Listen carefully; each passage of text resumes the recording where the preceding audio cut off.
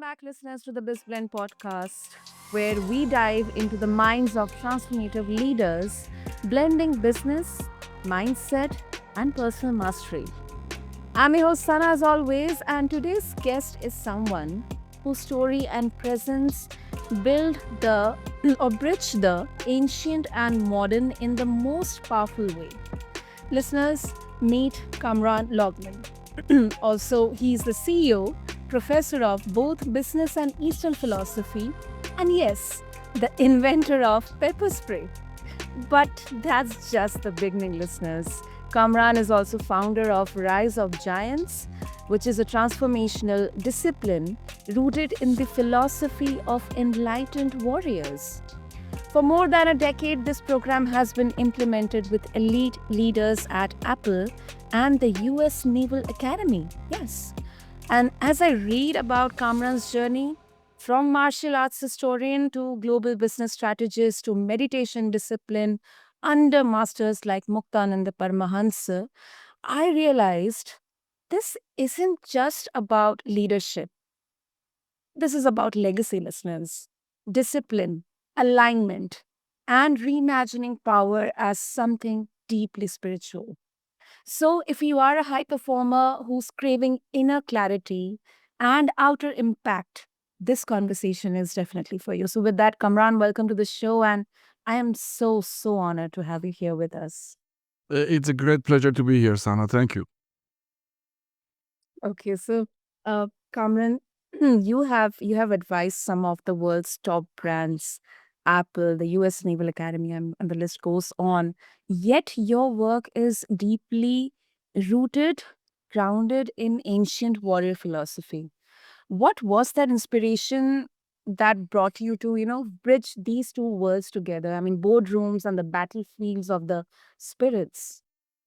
I think if you really look at it, I mean, and again, thank you for that introduction because it kind of leads to the fact that both my academic background and business background and just being a seeker and researcher led to all this. When you look at the concept of leadership or even starting a business or any of these things, efforts that we put toward our lives, the concept of warrior is not a hidden concept. People don't pay attention to it, and I'll get into that a little more detail. You'll find out that the warrior metaphor, the warrior it's really about the metaphor of life. It's about the heroic journey of life. It's every one of us. We struggle between good and evil. We have two battles. One is external battle against outside forces, money, finances, relationships. The other one is an internal struggle within the mind. So we have to overcome all those challenges. Just because we ignore it, that doesn't mean this doesn't exist. And it's a very powerful concept, this heroic journey. I mean, even George Lucas, the maker of Star Wars movie, credited all of it, the entire movie, to the heroic journey. By reading Professor Joseph Campbell and all these other people. So the warrior metaphor is everywhere in every culture, and it's there. Why? Because life for a warrior, failure is not an option, and you have to go forward. When I say warrior here now, we're not talking about a violent person here. We're not talking about tribal warriors here. We're talking about, that's why the word enlightened warrior is there. Is really they're people who are giants of mind, giants of heart. They become the grand wizards of life because they have finished the heroic journey. And they come to a state of mind and body that they become phenomenal achievers, incredible strategies, exceptional creative thinkers. You see that across cultures around the world. It happens to be, and I'm just talking about the word warrior right now because I want to make sure it's clear. It happens to be that actually India has documented extensively, because India has documented a lot of things extensively. Although it has a lot of oral tradition across the cultures around the world. You can find the Vikings, you can find China, you can find Japan, all these places. But a lot of things that India itself overlooks. When you look at, for example, the founder of yoga and meditation, Lord Shiva himself, in all the Puranas and the epics and everything else you look at, he was a warrior. His son Kartikeya was the Lord of War. Every personality in Indian epics, from Mahabharata to Ramayanas to everything else, people who are not familiar with these books, they all know these are the epics, ancient epics of India. They're all warriors. Why? Because the metaphor of warrior is important because life is a challenge and we need to rise. And that's what the rise of giants is all comes into the picture. We need to rise about this. So my years of academic, my years of business, and just, I have, advised more than 2,000 CEOs for the past 3 decades. As I'm going through all these things, I figure out that things don't have a template. They don't have a map. People come up with different ideas. The books comes out, this, that, the other, and believe me, I know all the books because I was a professor of MBA for years. And they look at business, they look at life, and you have psychologists on one side giving opinions, and it's all good. There's nothing wrong with any of that. But there is not one real comprehensive approach to these things. And when I say comprehensive approach, what do I mean by that? You can't take life is very complex. You can't take life, work, or business, doesn't matter. You can take it in small sections. We are all mind and body, biological and psychological people. You can't ignore that. For example, when I say you can ignore that, let's bring it down to earth to even business. How could you be a great leader, a great manager, if you wake up in the morning anxious? So mind and body controls what we do. Then is relationships. You can be very rich, very successful, but have a very bad relationships. And that means you're not really successful. It's pulling you down. You can have a great relationships, but be very poor. That's going to bring you down. So there should be a balance right here. So prosperity and success, relationships, the fitness of mind and body. We're not talking about health. The warrior talks about fitness of the mind and body, and that's completely in the yogic tradition. The fitness of the mind. And then philosophy of life. When I say philosophy of life, people immediately jump into God and spirituality, and there's no problem with that. I mean, that is there, and you find that in all the mythologies and all that. But when they're talking about it, they're talking about the very first step is your purpose. When you get up in the morning, how do you get up? Why are you getting up? So that is your philosophy of life, how you live, what your values, what your beliefs. And this becomes the entire heroic journey. Now, when you have somebody like that, whether they're in a managing position, they're in a leadership position, they're in athletic life, they're in arts, or they are in, whatever it is, they are a different caliber of leaders. They hit that. This is why you find out, for example, the most creative people and major corporations that I worked for many years for, they develop innovation using the warrior strategy. Now, let me look at another angle of warrior strategy, then we can move to other subjects. Here. Why the warrior? Even today's corporation organizational culture, the organizational org chart of an organization is based on the military hierarchy. Strategy and a strategic thinking that we always try to use, and not everybody does, of course, in business, but those who are really high calibrated business people, they use strategies and a strategic thinking. This concept of strategy actually comes from the warrior tradition. I again take you back to India. Strategy is based on navigation. Why navigation? In life, you cannot control the waves of the ocean, but a good captain of the ship can learn how to maneuver and navigate among the waves, which, by the way, navigation is based on the ancient word, Sanskrit word of India called navigati.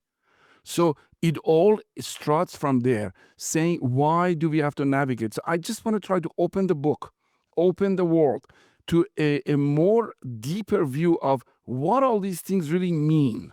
And when you take the enlightened warrior tradition out of the concept of everything that we talked about, then everything becomes weak and watered down. Whether it's a spirituality and yoga, and I'll take you back again to spirituality and yoga because you mentioned that. I mean, that's not the topic of my discussion here. The rishis of India, who all were the heads of school, they called them Guru Kulas. All these people, the Guru Kulas, were all warriors. I mean, from Agastya to, the Vashista to everybody else, you can say they were teaching not only archery, all right, and they were teaching, how to cook, they were teaching how to meditate, they were teaching how to live. So all of this had a comprehensive way of developing a person. So this is why I said, hey, listen, I've been 50 years not only researching on location around the world, including India, not only academically I've been there, I've been a practitioner of classical warrior arts, both of South India, and Japan. So let me bring all this together. And of course, I've been head of leadership I mean, executive education in a major university. I've been with major brands around the world. Let me put all this together so people don't have to go through the same thing I went through in 50 years. So they can understand this. This is not something I created. This is something I put together. These things have existed throughout time. It's just that people have not paid attention to it because you really have to be a practitioner. You have to really be involved in this thing to see the thread of the warrior, enlightened warrior, the thread of heroic journey. We all use this in our words. We say, hey, listen, if you fall down, get up, use your courage. All these words are within our language, but nobody traces it back to the warrior tradition. And that's what I've been trying to do here. Goodness. I just wish, all this was taught in our schools. I really would have been so different. And it's really a shame that in India, born and here, some of the things which you mentioned, I didn't even know about it. It's really a shame. Sana, this is so beautiful what you just said. Let me bring both United States that I'm in and India that you're in, because we all are human and we have the same challenges. But let me just kind of share with you something. We have so much suicide among young people. And when I say young people, I'm talking about pre-teens, not even teenagers. And it's not just because of drugs and alcohol. It's because parents themselves are not equipped with the philosophy of life, with the value system, and giving hope to kids. Hope and anxiety cannot coexist, cannot be at the same time. You either are hopeful or you're anxious. When kids are not taught these things, they're not taught in school, by culture, by society, by teacher, how to live and cope with life. All right? They're going blindly. The heroic journey is not a matter of choice. We either go into it with decision and enter the journey with a roadmap that the warriors have given us throughout history, mental, physical, relationship, finances, all of that. All right? People say, what is warrior got to do with finances? Say, listen, some of the greatest bankers throughout histories were the Knights Templars of the Middle Ages, and they were the bankers of Europe. They have that in there. So you either go walk the path of heroic journey intentionally, or life will force you. And when life forces you to go there because you don't have a roadmap, you will fall on your face. You will have regrets. You will have mistakes. You don't know which way to go. It's like cooking something without recipe. You don't have that there. Now, coming back to India, there's so much. India is a powerhouse of philosophy. But there's so much misunderstanding even among the great teachers of India. They just, like a parrot, go ahead and repeat everything. But very rarely, few of them really go in deep into it. The concept of karma is misunderstood completely. One of the top, the karma is effort. One of the best, top, most advanced book of yoga, beyond Patanjali Yoga Sutra and all that, is Yoga Vasistha. And Yoga Vasistha, the very first, Vasistha, by the way, the guru of Lord Rama, the very first chapter is not about meditation, it's not about asanas, it's not about pranayama, breathing exercises, or nutritional. The very first chapter is effort, the book of effort. You can't get more practical than that. When you miss these points here, then the whole trajectory of how you think about spirituality and everything else changes. Spirituality, according to those giants of mind, which Vasishta was one of them, all right, is this: you can't sit down and pray for 30 years, meditate for 30 years for the kettle teapot to start boiling. It's not going to boil. I don't care about supernatural powers. It's not. You have to get up and put the teapot on the stove and it's going to boil. Vice versa.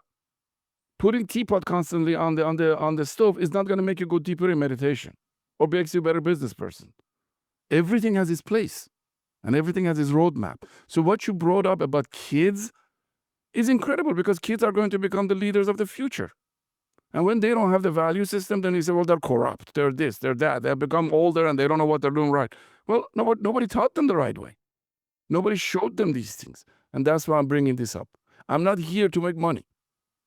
This whole program is for free, riseofgiants.com. I'm here to give this and I'm not under the delusion that I'm going to change the world. But I would like to put this in front of people so that at least it's available to everybody from every age. Even an elder people can listen to this thing and realize there is a power within their house that's going to make them jump within their own life, that they can jump out of the bed first thing in the morning, even at the elder age, because that purpose is full of power, full of energy. That's so beautifully put, Kamran. Beautifully put. And I absolutely appreciate the self awareness here. That's what I guess most of us, especially all the young generation, we lack the self awareness in there. That is beautiful put. And this also, although just a quick piece of insight from my end, in comparison to yours, it would be really a very small contribution. But as you were speaking about the rich history here, rich history, the philosophical history, legacy of India, I'm reminded of the Bhagavad Gita, where Krishna tells Arjuna that the true warrior is. Not the one who fights for ego or conquest, but the one who acts from dharma or from duty, with complete presence and detachment from the outcome. And that exactly feels so aligned with what you are sharing through Rise of Giants. It's not about the aggression or the warrior, like people picture about. It's about the anchored action, aligned action, purposeful action, as you mentioned. So yeah, that's Yeah, I mean, we are, according to the giants, these enlightened warriors, we are free to fall. We are really completely free to fall, or we are free to rise as giants. The Bhagavad Gita that you mentioned here is a perfect example of that. How do you look at the whole? Because so many interpretation of it, from just a mundane to very, very esoteric, like Yaneshwari by Yaneshwar Maharaj, top spiritual level of it. If you look at all the different version of that, Bhagavad Gita is very practical. All right, it's very practical, but at the same time, there is a value system and philosophy in it that Krishna is telling Arjuna, hey, hey, listen, don't get lost. There is more meaning into life. Don't just see in front of your nose and think what's happening right now in this battlefield.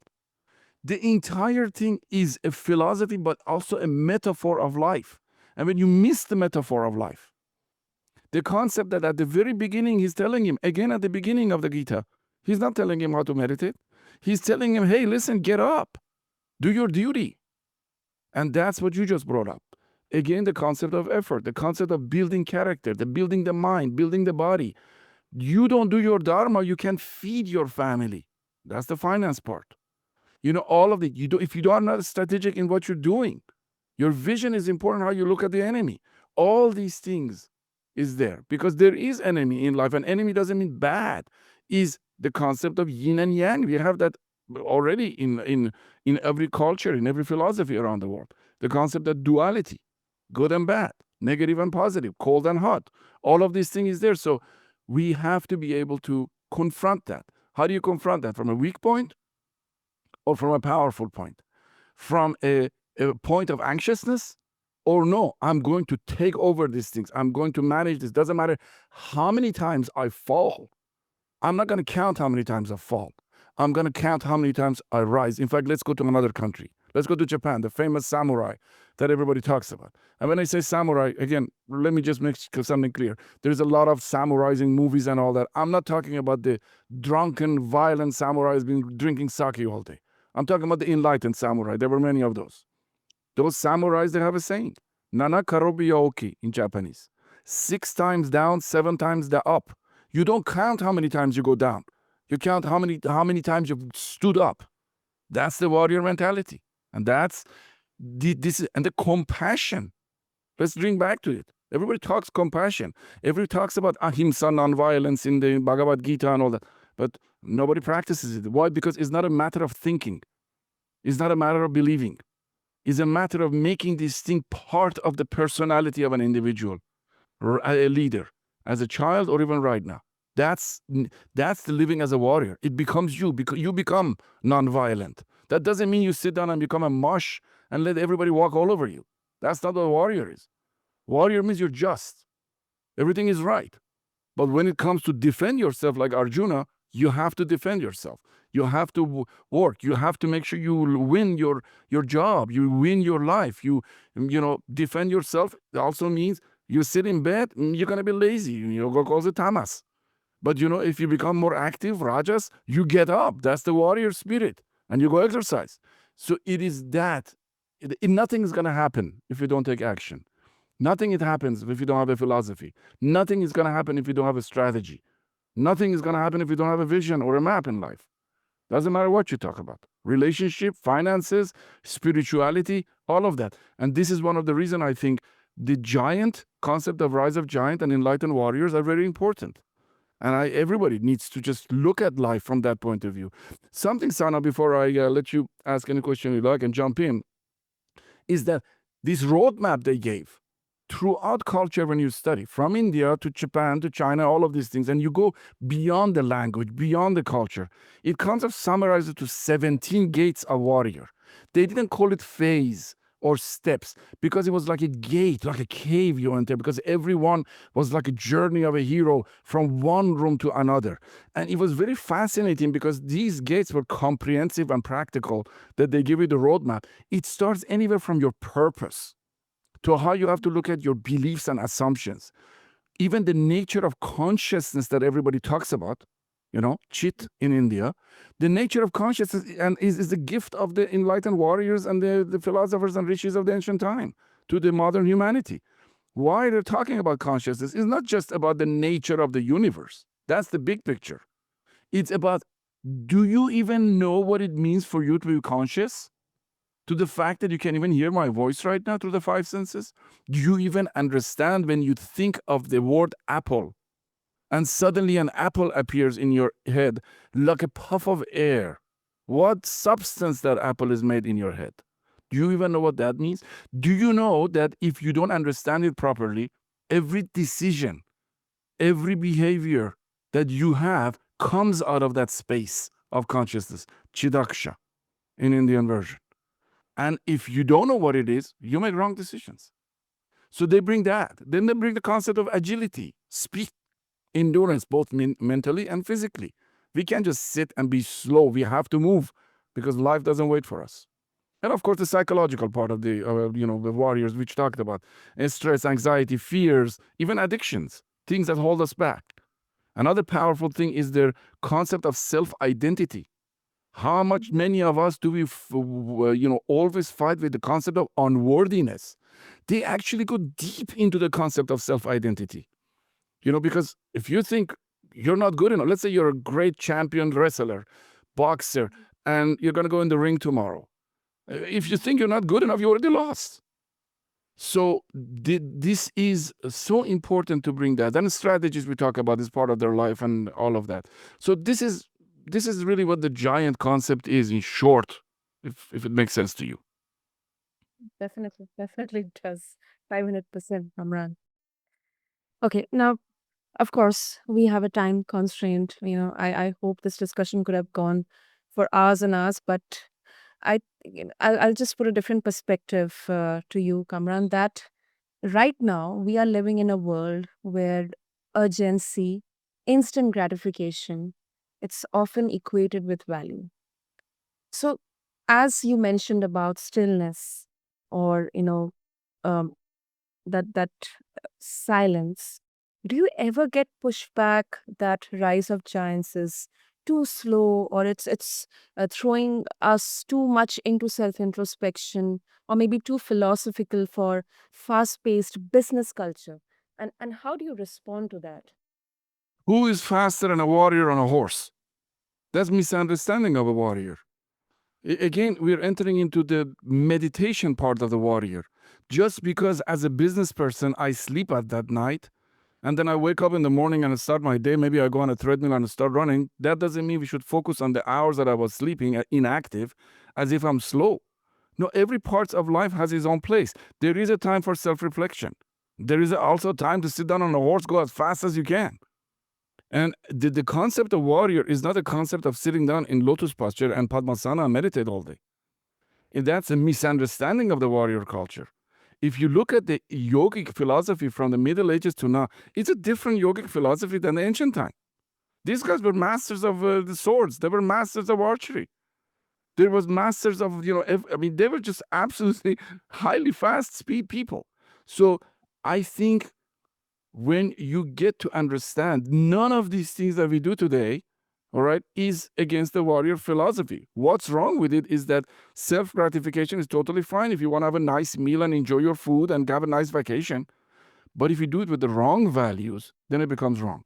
because you're hurting other people and you're hurting yourself. So they're not trying to change life. They're trying to actually put a new perspective into it, a new juice and energy into it, and philosophy into it. When I say philosophy, again, it's not a slow thing. How fast you go on a horse, that's a philosophy of speed. So I hope that kind of gives you an answer of what I'm talking about. Yeah, okay. So, Kaman, if our listeners would like to connect with you and explore more about the rise of giants, how they can do that. Listen, I welcome all of them. As I said, everything is free in this thing. Just go to Rise of Giants, giants with an S.com. Again, riseofgiants.com, a website, or you can just look at my podcast, the same name, and just go in there and feel free to reach out to me. I'm just here to share this opinion with everybody and point people to actual areas where they can see this is something that I'm just bringing to them. It's not something I created, and they will find out it's not a new life. It's the same life we live, but looking at it from a different perspective and just looking at it from a different perspective, physically and mentally, and spiritually, and financially, and relationship, things come to a different level. So riseofgiants.com. Well, I'll have all the links mentioned in the show notes for our listeners. And Kamran, thank you. Thank you so, so much for bringing us forth this beautiful, philosophy with pragmatism and deep insights. And definitely this conversation was a reminder to all of us, including me also, that leadership doesn't always roar, it often whispers. And in that stillness, we definitely meet our true power. So thank you so much. Thank you so much, Sana. So, to all of my listeners, if you want to explore more, just refer to the show notes along with this episode. There is definitely depth and structure waiting for you there. And to all my fellow seekers, founders, and creators tuning in, being a giant isn't about taking up more space, it's about becoming more anchored, more whole. And if this conversation stirred something in you today, I would love for you to share it with us on our socials, reflect on it, and even journal about it. Until next time, this is your host, Sana, and this is BizBlend, where heart and hustle are never separate.